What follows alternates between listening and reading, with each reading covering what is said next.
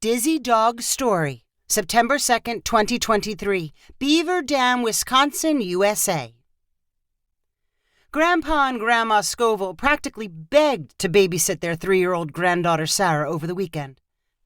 They were not so thrilled when Sarah's mother told them they also had to watch Max, a dog that looked part husky, part shepherd, and part Great Dane. Grandpa Scoville said he must also be part bear. He left tufts of hair everywhere he sat and constantly sniffed his surroundings as if searching for a hidden steak. Sarah and Max were dropped off early on Saturday morning. Grandma arranged the front room of her house into a nursery, including toys Sarah's mom once played with. Sarah grew especially interested in a wooden block set. She stacked blocks 3 or 4 high and then knocked them over. "Ha! Just like her mom," Grandma said, looking on affectionately. "And where's that monster dog?" Grandpa asked. "Sniffing around somewhere. I hope he stays off the beds." "I guess I'll get some yard work done. I'm about to dig up that rose bush you wanted gone." "What about the knob on the back door? It doesn't latch. Can't you fix that before the rose bush?" "I've already got my shovel and gloves ready. I'll take care of the door later." Grandpa walked through the kitchen and out the back door, which opened with only a push. He continued to the right side of the house, where a rose bush had outgrown its welcome. Grandma returned her full attention to little Sarah and the blocks. She snapped pictures and whispered to herself about how much Sarah and her mother looked alike. Grandma showed Sarah a doll and a picture book, but the little girl stayed interested in the blocks. She was so focused, her grandma decided she could slip quickly into the kitchen and add some potatoes to a crock pot.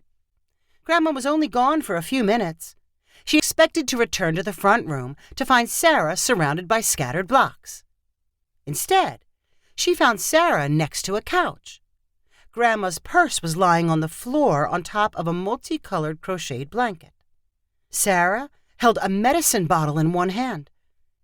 "Sarah, what are you doing in Grandma's purse?" Grandma rushed over to discover Sarah had successfully removed the top from the bottle, spilling bright green pills over the blanket. The girl clutched 2 pills in one of her fists. "Oh, those are Grandma's pills for her back. They relax my muscles. Those aren't for 3-year-olds. Grandma pulled the bottle and pills away from her granddaughter. Then she got on her hands and knees and plucked the remaining pills from the blanket. Some were hard to find because they were camouflaged by the blanket's patches of green yard. Grandma's hands shook nervously as she counted all the pills she returned to the bottle. 21. I started with 30 and take 1 every night. She counted on her fingers the number of days she had been using the bottle. "Oh, no! 2 are missing!" Grandma looked in horror at Sarah. "Oh, baby! Did you eat 2 of Grandma's pills?" Sarah replied with something that sounded like, "Grandma's pills," but it was no obvious admission of guilt. "Oh, what would 2 pills do to someone your size?" Grandma wondered aloud. "Should I call the hospital? A poison control number?" Grandma stared intensely at Sarah, trying to spot any signs her muscles were relaxing. Would she drop to the floor like she was unconscious? Grandma's lips quivered from fear and regret. Surely this would be the last time she would get to babysit her granddaughter. While Grandma froze with indecision, she heard Grandpa shout from outside the house. She thought about calling for his help, but remained silent, her eyes locked on Sarah and her hands clutching the pill bottle. Another minute crawled by. She heard more noise outside. Then Max came stumbling into the room. She had forgotten she had a dog in the house. Max acted unsteady and exhausted. He collapsed on his back, his hair immediately sticking to the carpet. His eyes stayed open, but his tongue hung from his mouth like a deflated balloon. "Max, what's wrong with you?" A new thought dawned on Grandma. Max had eaten the 2 missing pills. That was why he looked so woozy. Grandma suddenly grew less horrified. A trip to the veterinarian for the dog was much better than a trip to the hospital for Sarah. The dog was big enough that he might even be able to sleep off the pill's effects without any medical attention.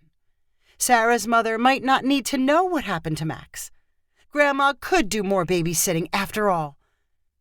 Maybe it was time to tell Grandpa the story.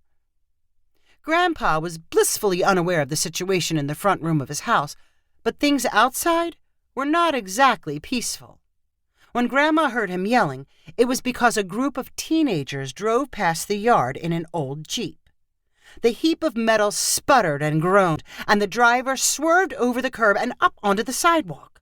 Passengers laughed and shouted. The rolling menace caught Grandpa's attention, and he yelled for the Jeep to stay off the sidewalks. The teenagers thought Grandpa's angry warning was hilarious, and they decided to make another trip around the block. At the time, Max was taking a break from house sniffing and had found a quiet spot on the bathroom floor for a little nap. He heard the first drive-by of the loud Jeep and Grandpa's yelling, but decided to ignore them. When he heard the Jeep a second time, his curiosity pulled him to his feet. He trotted to the back door and easily pushed it open.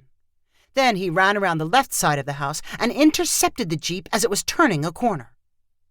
The teenagers inside were sure they were being chased by a bear. All four of them squealed. The driver avoided any sidewalk driving and pushed the Jeep to maximum acceleration.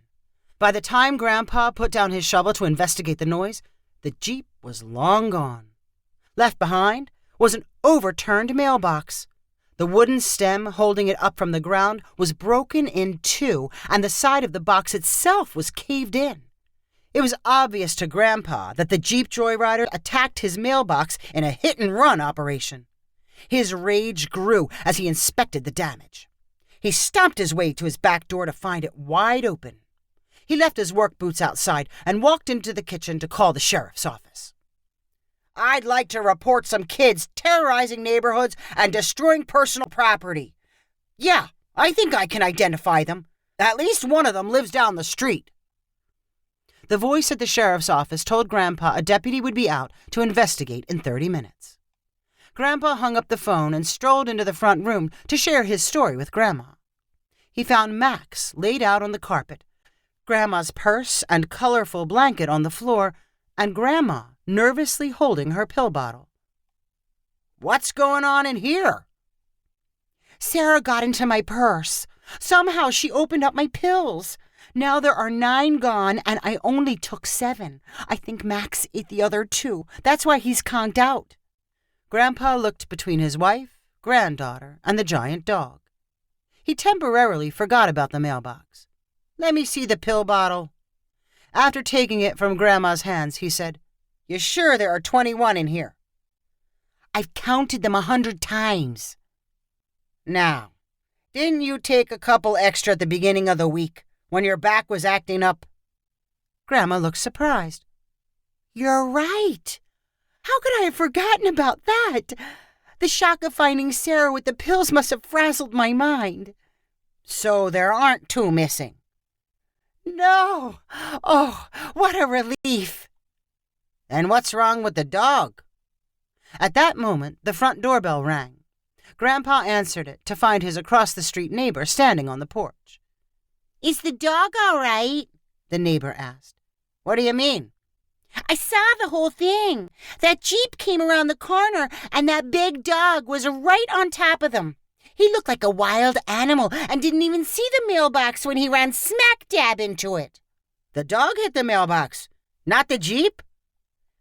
"Definitely the dog." Grandpa thanked his neighbor and said he thought the dog would be fine. "He only got his bell rung a little."